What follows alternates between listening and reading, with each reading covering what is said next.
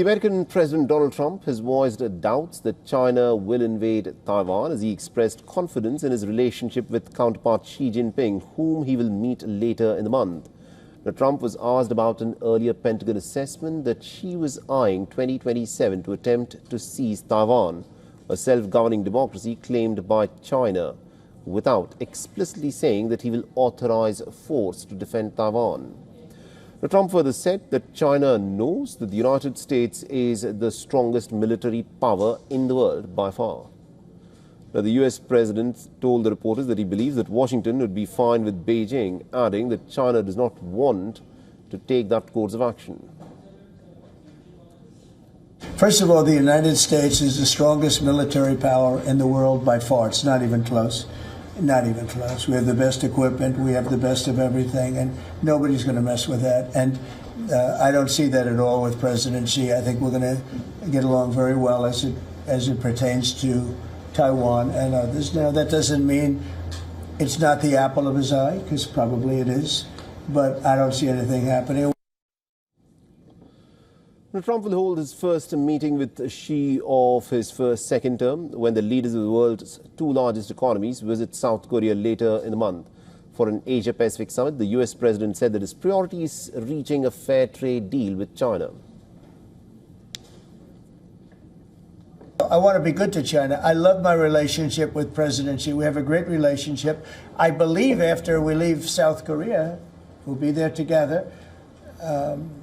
We thought that would be a good place to meet, and we're going to be meeting. I'll be in Malaysia, I'll be in Japan, I'll be in a couple of others. We'll be sort of doing a little bit of a tour. I've been invited to go to China, and I'll be doing that sometime fairly early next year.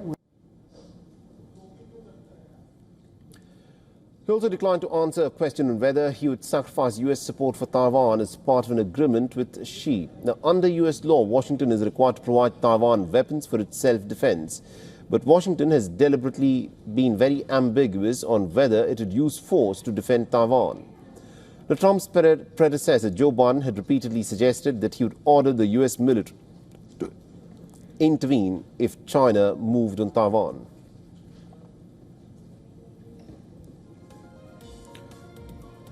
So Donald Trump will be holding his very first meeting with Xi Jinping during his second term when the leaders of the world's two largest economies visit South Korea later this month for an Asia-Pacific summit. The American president said that his priority is to reach a fair trade deal with China because there is a lot of trade tensions that are ongoing. And what is interesting is that Donald Trump declined to answer a question on whether he would sacrifice American support for Taiwan as part of an agreement with Xi Jinping.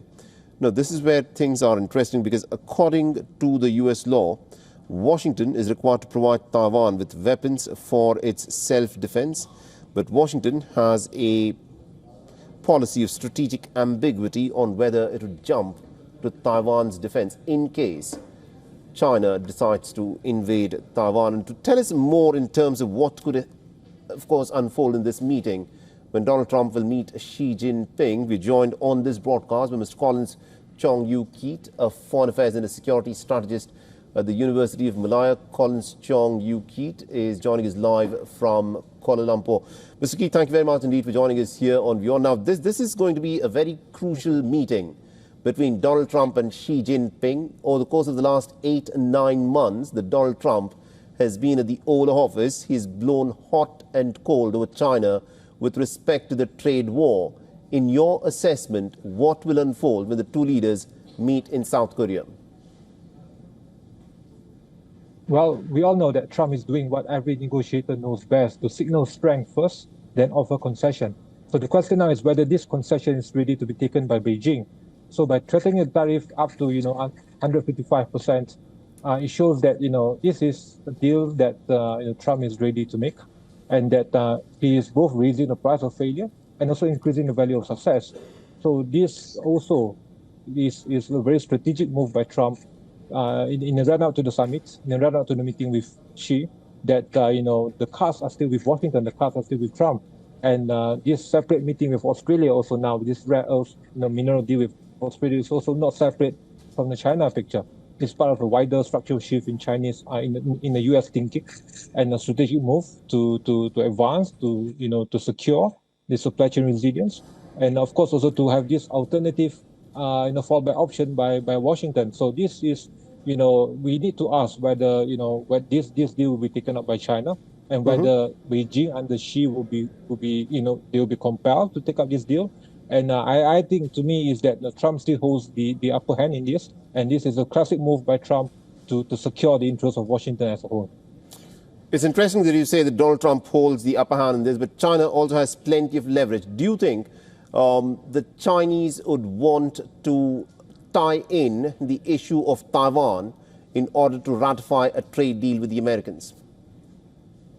As Trump mentioned, Washington still has different cards on his hand, because we have seen, although rare earths advantage is still being held by Beijing, we have seen also, like Trump has stated, that in the aspect of the parts for airplanes, and apart from tariff move, and I foresee that as long as Trump is still in charge, President Xi and Beijing would not even consider the possibility of having Taiwan as a strategic card to choke, or to use that as a leverage against Trump. We have seen that in the case of Ukraine. We have seen that how Putin has not been able to move during the first term of Trump, and now that Putin has made his move under the administration of Biden. So President Xi is, of course, facing this time trap. He knows that by 2027, or in achieving 100-year marathons, it still needs to be done, but definitely it's not under the leadership of Trump. So we have seen how the power advantage, the power gap, is still being held by Washington by far, and right. that, I don't see any kind of efforts by President Xi to be able to close that gap, especially now Trump in the picture, and how Trump has catapulted the American military strength far beyond what others have perceived. So this won't happen under the watch of Trump. All right, interesting. Thank you very much indeed, Mr. Keat, for joining us with that perspective there. Thank you.